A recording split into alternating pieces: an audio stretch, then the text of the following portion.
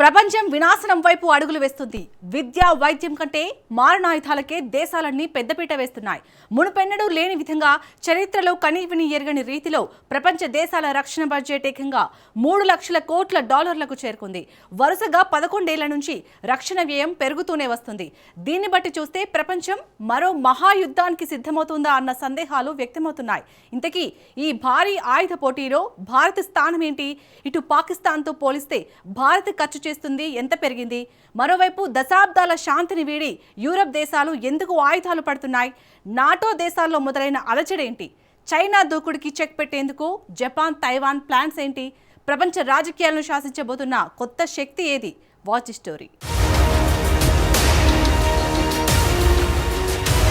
ప్రపంచం వినాశనం వైపు వెళ్తోందా?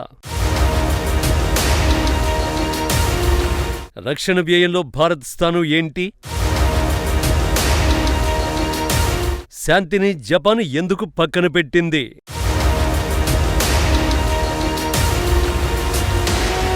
ప్రపంచ దేశాలు సంక్షేమం కంటే వినాశనానికే ఎక్కువ ఖర్చు చేస్తున్నాయా? తాజా గణాంకాలు అవుననే సమాధానమిస్తున్నాయి. 2025లో ప్రపంచ దేశాల రక్షణ బడ్జెట్లో గతంలో ఎన్నడూ లేనంతగా సుమారు 3 లక్షల కోట్ల డాలర్లకు చేరుకుంది. వరుసగా 11వ ఏడాది కూడా రక్షణ వ్యయం పెరిగింది. ప్రస్తుత భారీ ఆయుధ పోటీకి కారణం ఏమిటి? ఈ రేసులో భారత్ ఎక్కడుంది? రక్షణ వ్యయం పెంపునకు 4 కీలక ట్రెండ్స్ కనిపిస్తున్నాయి. ఫస్ట్ ట్రెండ్, ప్రపంచంలో అత్యధికంగా సైనిక అవసరాలకు ఖర్చు చేస్తున్న దేశాల జాబితాలో భారత్ 5వ స్థానానికి చేరుకుంది. గత ఏడాది న్యూఢిల్లీ తన రక్షణ బడ్జెట్ను 8.9% పెంచింది. దీంతో భారత రక్షణ వ్యయం 9,210 కోట్ల డాలర్లకు చేరుకుంది.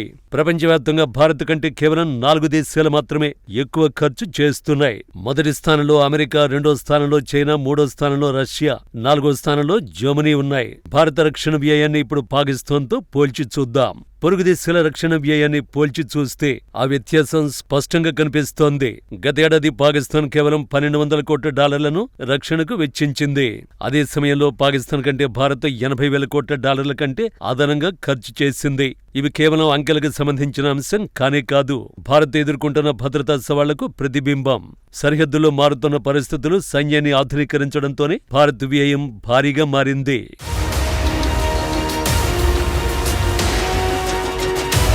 విద్య, వైద్యం వంటి మానవ వికాసానికి తోడ్పడే రంగాల కంటే ఆయుధాలకే ప్రపంచం పెద్దపీట వేస్తోంది. ప్రపంచ దేశాలు ఎంతటి అశాంతి మధ్య గడుపుతున్నాయో ఈ రక్షణ వ్యయాలే వెల్లడిస్తున్నాయి. 2022లో మొదలైన రష్యా ఉక్రెయిన్, 2023లో మొదలై 2025లో ముగిసిన గాజా యుద్ధం, ఇప్పుడు గల్ఫ్ ఉద్రిక్తతలు ప్రపంచ దేశాలను భయం గుప్పిట్లోకి నెట్టేశాయి. ఫలితంగా ప్రతి దేశం తన రక్షణ వ్యవస్థల్ని బలోపేతం చేసుకునే పనిలో పడింది. కేవలం బడ్జెట్ పెంచడమే కాకుండా భారత్ ఇప్పుడు యుద్ధ నౌకలు, క్షిపణి వ్యవస్థలు, డ్రోన్ టెక్నాలజీ, స్వదేశీ తయారీపై భారీగా పెట్టుబడులు పెడుతోంది. ఇది కేవలం ఖర్చు కాదు, సుదీర్ఘకాలం పాటు దేశ భద్రతను, స్వయం సమృద్ధిని కాపాడుకునే వ్యూహాత్మక ప్రణాళిక. ప్రపంచంలో అత్యధిక రక్షణ బడ్జెట్ కలిగిన దేశంగా అమెరికా తన స్థానాన్ని నిలబెట్టుకుంది. 2025లో వాషింగ్టన్ 95,400 కోట్ల డాలర్లను రక్షణ కోసం వెచ్చించింది. అయితే ఇక్కడ గమనించవలసిన విషయం ఏంటంటే గత ఏడాదితో పోలిస్తే అమెరికా రక్షణ వ్యయం 7.5% తగ్గింది. జో బైడెన్ హయాంలో ఉక్రెయిన్ కు బిలియన్ల కొద్ది డాలర్ల సైనిక సాయాన్ని పంపారు. కానీ డొనాల్డ్ ట్రంప్ అధికారంలోకి వచ్చాక ఆ సాయానికి బ్రేకులు పడ్డాయి. అందుకే ఈ తగ్గుదల కనిపిస్తోంది. అమెరికా శాంతిని కోరుకుని ఈ ఖర్చు తగ్గించలేదు. ఇప్పటికే ప్రస్తుత ఆర్థిక సంవత్సరానికి 1,00,000 కోట్ల డాలర్ల కంటే ఎక్కువ బడ్జెట్ను వాషింగ్టన్ ఆమోదించింది. అంటే అమెరికా వెనక్కి తగ్గలేదు, కేవలం ఒక చిన్న విరామం మాత్రమే తీసుకుంది.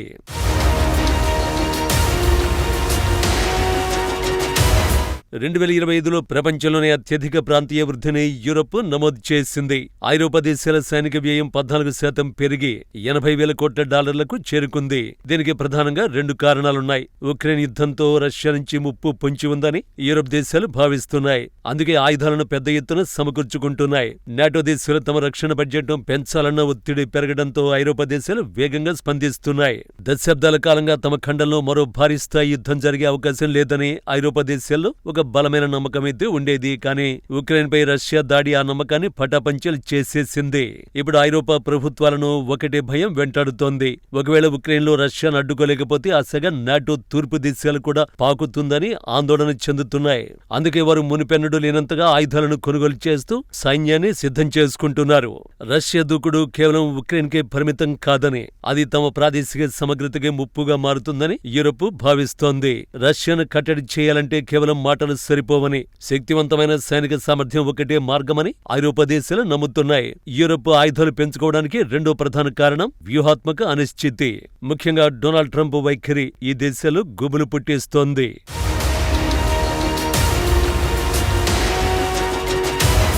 నాటో నుంచి తప్పుకుంటామని అమెరికా అధ్యక్షుడు బెదిరిస్తున్నాడు. మీ రక్షణకు మీరే ఖర్చు పెట్టుకోవాలని ట్రంప్ తెగేసి చెబుతున్నాడు. అంతేకాదు, ట్రంప్ ఎప్పుడు ఎలాంటి నిర్ణయం తీసుకుంటారో తెలియని పరిస్థితి నెలకొంది. వీటన్నింటి నేపథ్యంలో ఐరోపా దేశాల్లో ఓ పెద్ద ప్రశ్న తలెత్తింది. నిజంగా ఏదైనా సంక్షోభం వస్తే వాషింగ్టన్ అండగా నిలుస్తుందా? ఈ ప్రశ్నకు స్పష్టమైన సమాధానం లేదు. తమను తాము రక్షించుకోవడానికి యూరప్ దేశాలు సిద్ధమవుతున్నాయి. నాటోను బలహీనపరచడం యూరప్ దేశాల ఉద్దేశం కాదు. కానీ పరిస్థితులు అలా మారుతున్నాయని ఐరోపా నేతలు వాపోతున్నారు. యూరప్ విషయంలో అమెరికా కొన్నిసార్లు మర్యాదగా, మరికొన్నిసార్లు కఠినంగా వ్యవహరిస్తోంది. అందుకే ఇప్పుడు యూరప్ దేశాలు అమెరికాపై ఆధారపడడం తగ్గించి ఆయుధ సంపత్తిని పెంచుకోవడంలో నిమగ్నమయ్యాయి. ఐరోపాలోనే కాదు, పశ్చిమ, మధ్య, తూర్పు ఆసియా ప్రాంతాల్లో కూడా సైనిక వ్యయం గణనీయంగా పెరిగింది. ఈ ప్రాంతంలో రక్షణ బడ్జెట్ 8.1% పెరిగి $68,000 కోట్ల చేరుకుంది. 2009 తర్వాత ఈ స్థాయిలో వృద్ధి నమోదు కావడం ఇదే తొలిసారి. భారత్ కాకుండా ఈ ప్రాంతంలో ఆయుధాల కోసం చైనా, జపాన్, తైవాన్ వంటి దేశాలు భారీగా ఖర్చు చేస్తున్నాయి. ఆసియాలో రక్షణకు అత్యధికంగా ఖర్చు చేస్తున్న దేశంగా చైనా తన స్థానాన్ని కొనసాగిస్తోంది. గతేడాది బీజింగ్ సుమారు $33,600 కోట్ల రక్షణ కోసం వెచ్చించింది.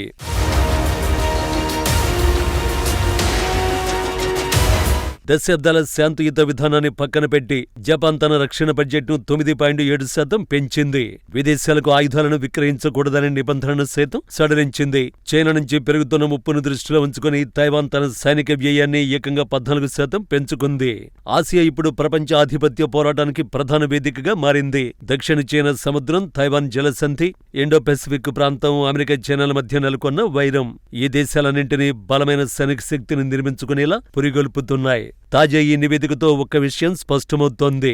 ప్రపంచం ఇప్పుడు ఒక కొత్త శకంలోకి ప్రవేశించింది. దేశాలన్నీ తమ బలం, సంసిద్ధత, స్వయం సమృద్ధిపై భారీగా పెట్టుబడులు పెడుతున్నాయి. ముక్కలైపోతున్న ప్రస్తుత ప్రపంచంలో సైనిక శక్తి మళ్లీ అంతర్జాతీయ రాజకీయాలను శాసించే స్థాయికి చేరుకుంది.